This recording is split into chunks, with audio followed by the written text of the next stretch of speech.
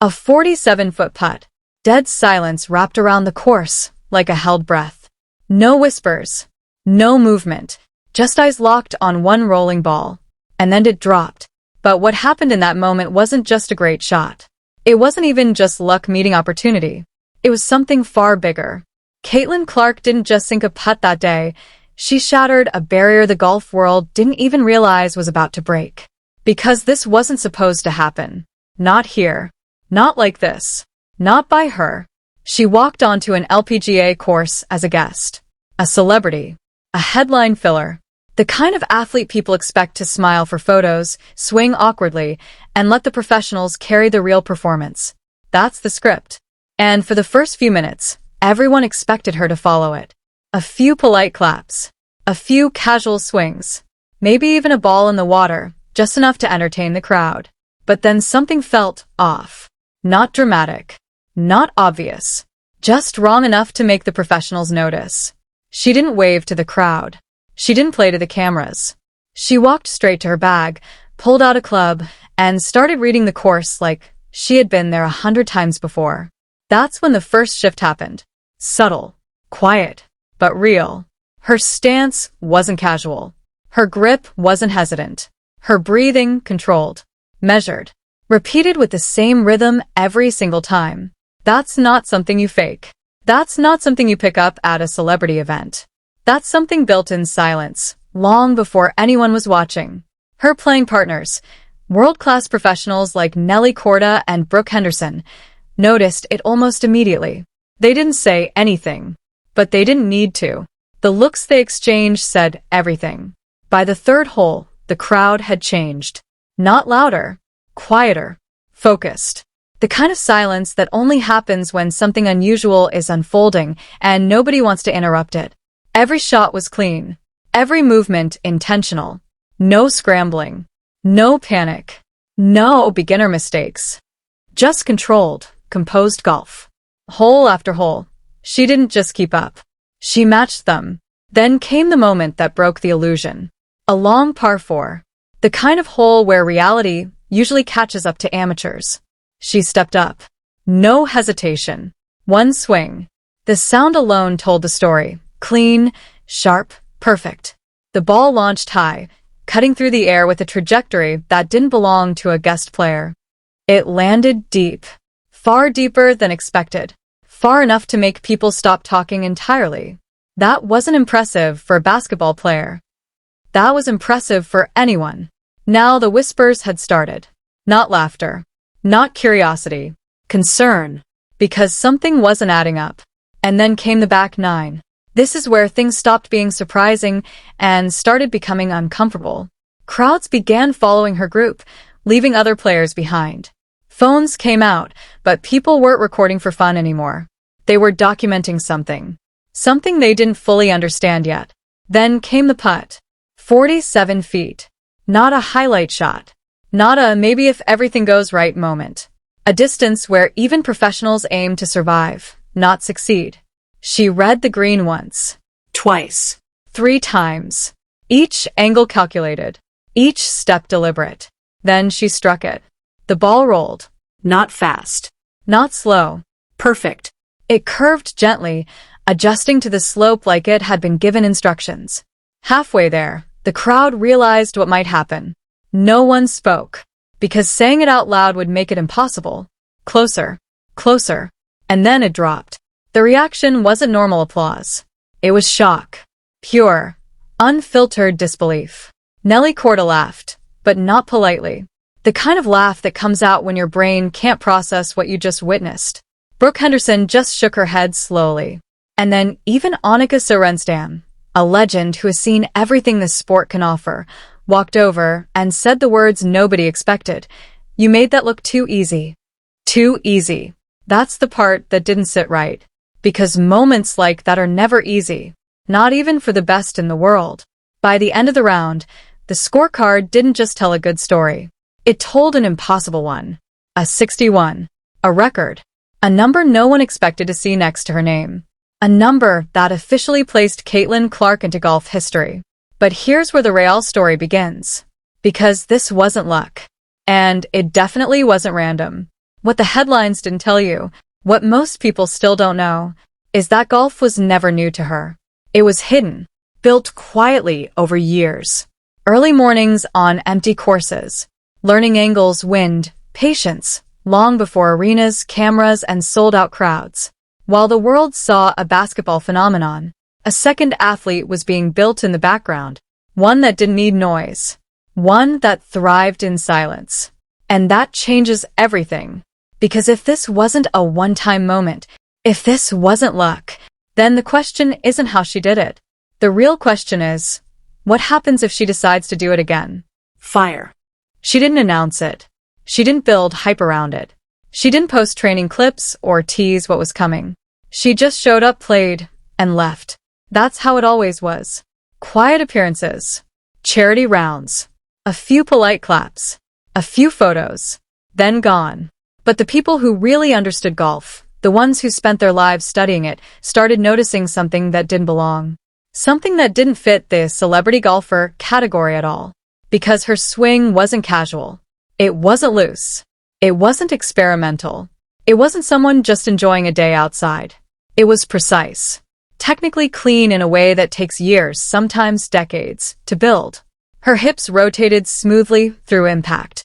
Her weight shifted perfectly from back foot to front. Her follow-through held its line like it had been trained to do exactly that over and over again. This wasn't natural talent alone. This was trained behavior, repetition, Discipline. and that's when the confusion started. One coach who saw her during her college years didn't even recognize what he was watching at first.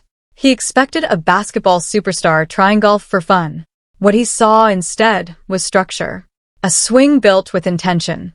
A swing that didn't match the story people believed about her. Because, while the world saw Caitlin Clark dominating basketball headlines, there was something else being built. Quietly, privately, completely off the radar. She never talked about it.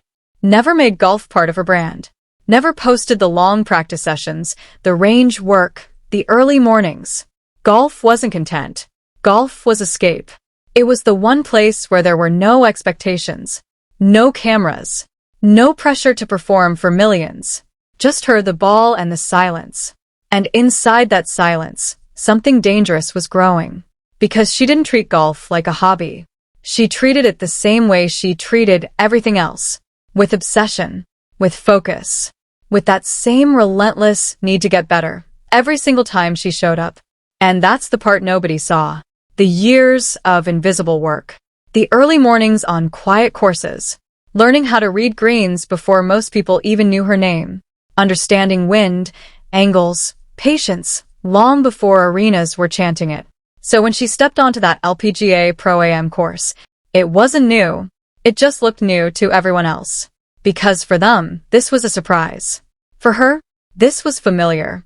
That 47-foot putt, the one everyone keeps replaying, the one people call impossible, didn't happen in that moment.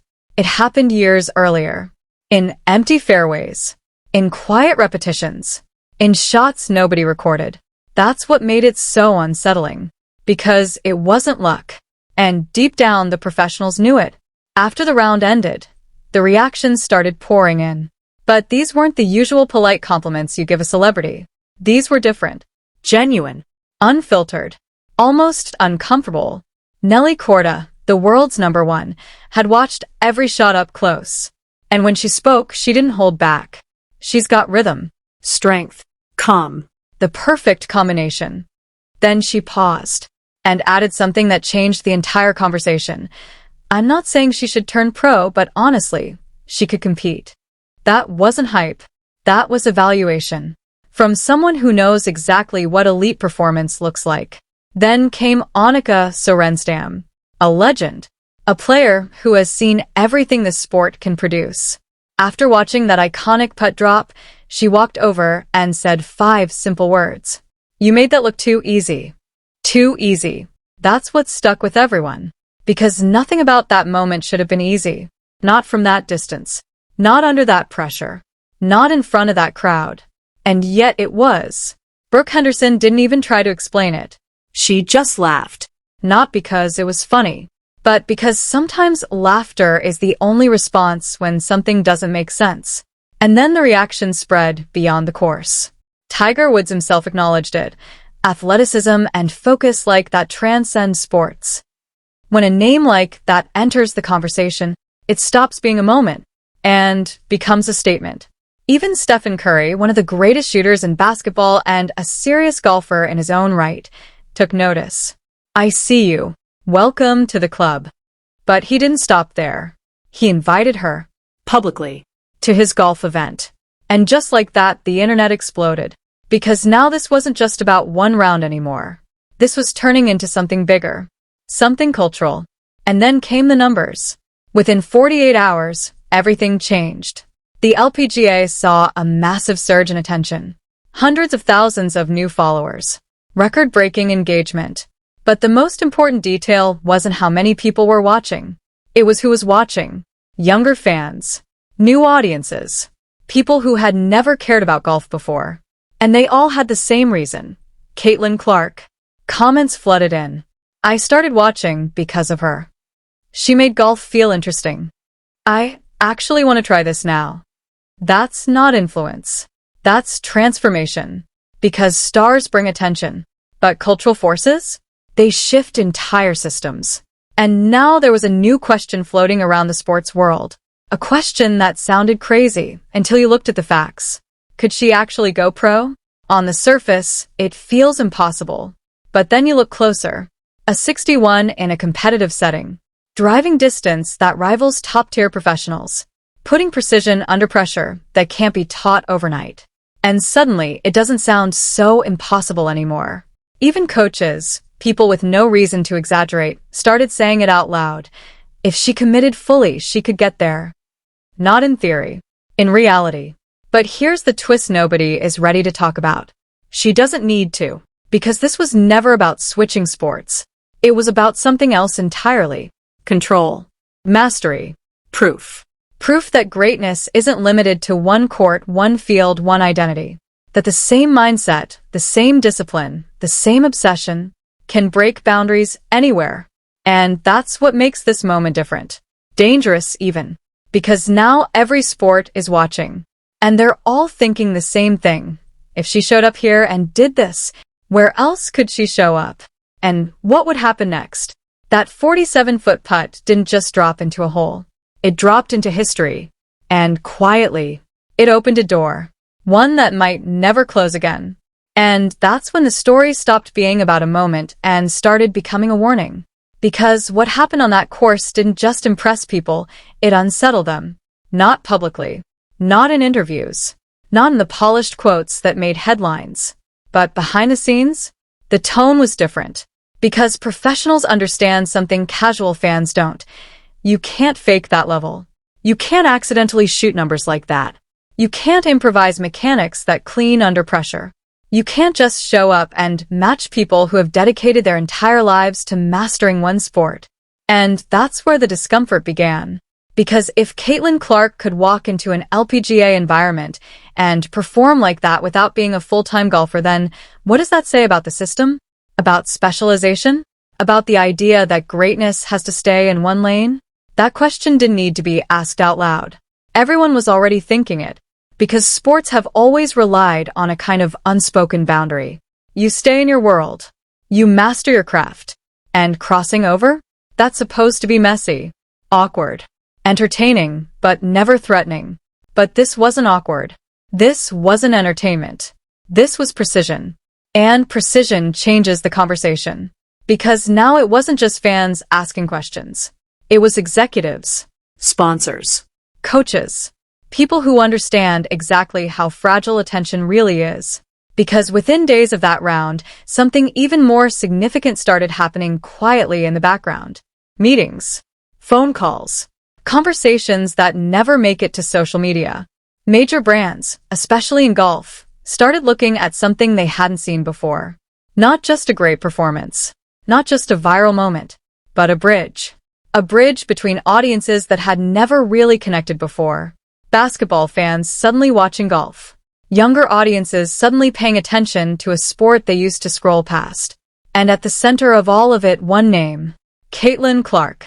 That's not normal influence. That's leverage. And leverage changes everything. Because now the question isn't just, what did she do? It's, what could this become? Because if she plays again, the numbers will spike again. If she trains seriously, the expectations will rise. And if she ever decides, even for a moment, to lean into golf the way she did basketball, then the entire ecosystem shifts. Not gradually, instantly. That's the part nobody is comfortable saying out loud. Because it challenges something deeper than performance. It challenges identity. Golf isn't just a sport, it's a culture. A system built on tradition, patience, and a very specific path to greatness. Years of development, structured progression, clear hierarchy. And then suddenly, someone arrives who didn't follow that path, who didn't grow through that system in the expected way. And yet, she fits. Not loosely, not approximately, perfectly.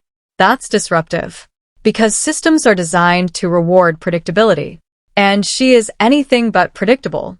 Even the numbers start to feel different when you look at them closely. A 61 isn't just low, it's disruptive. A 47-foot putt isn't just impressive, it's improbable. A 337-yard drive in that setting isn't just powerful, it's elite. Individually, each moment is extraordinary, but together, they form something else, a pattern. And patterns are what professionals pay attention to. Because one great shot can be luck, two can be coincidence. But a full round of controlled excellence? That's intent.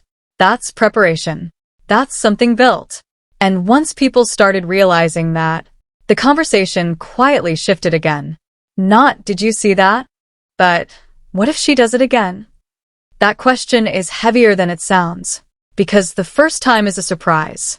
The second time is a statement. And a third time? That becomes reality. And reality forces decisions. Because if she proves it again, if she shows that this wasn't a one-off moment, then the sports world will have to confront something it has avoided for decades. That elite athletic intelligence isn't sport-specific. That the same mind, the same processing, the same control, the same competitive instinct can translate. And if that's true, then the idea of staying in your lane starts to collapse. And that's where the story takes its most unexpected turn. Because while everyone is debating whether she could go pro, they might be asking the wrong question entirely. Because going pro would mean choosing one path, limiting the field, committing to one identity. But what if she doesn't choose? What if she doesn't have to? What if the real future isn't about switching sports, but redefining what an athlete is allowed to be? Because right now, she exists in a space that doesn't have clear rules. Too dominant to ignore. Too versatile to define. And that kind of athlete doesn't just compete. They reshape expectations. Quietly. Gradually. Until one day, what once felt impossible feels inevitable. And that's the part that should make everyone pause. Because this story isn't finished. Not even close. That round, that putt, that record, that was the introduction, not the peak. And if that's true, then the next time Caitlin Clark steps onto a golf course, it won't be a surprise anymore. It'll be something far more dangerous. It'll be expected. And expectations? They're where legends are either confirmed or completely redefined. And that's where everything changes, because the moment expectations enter the picture, the entire atmosphere shifts from curiosity to pressure, and pressure is where most stories like this collapse. But this one doesn't feel like it will, because Caitlin Clark has never operated like a normal athlete bound by normal limits. She operates in that rare space where pressure doesn't just exist. It sharpens her, it focuses her. It turns what should be overwhelming into something almost controlled, almost calculated. And that's exactly why the next chapter of this story feels so different from anything the sports world has seen before. Because now every move she makes, whether it's on a basketball court or an LPGA fairway, will be watched through a completely different lens. No longer as a novelty, no longer as a surprise, but as a test, a real, measurable test of whether what people witnessed was a moment or the beginning of something much bigger. And the truth is the signs are already there if you look closely enough, because the way she approaches competition isn't tied to a specific game.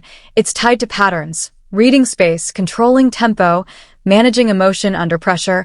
executing with precision when everything around her is demanding perfection.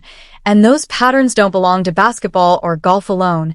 They belong to elite performance itself, which is why analysts quietly, and sometimes reluctantly, have started acknowledging a possibility that would have sounded ridiculous not long ago, that what we are witnessing might not just be a crossover athlete, but a blueprint for a different kind of dominance, one that doesn't respect the traditional boundaries between sports. And that idea carries consequences far beyond one player or one record, because if one athlete can step outside their primary arena and immediately perform at a level that disrupts professionals, then it forces every other system to reevaluate how talent is identified, how it is developed, and more importantly, how it is limited, because for decades the model has been clear: specialize early, commit fully, stay in your lane.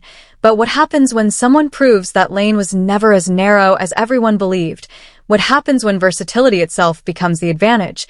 And that's the uncomfortable realization quietly spreading through locker rooms, boardrooms, and coaching circles, because it's not just about whether she could compete again, or even win, it's about what her presence alone does to the environment,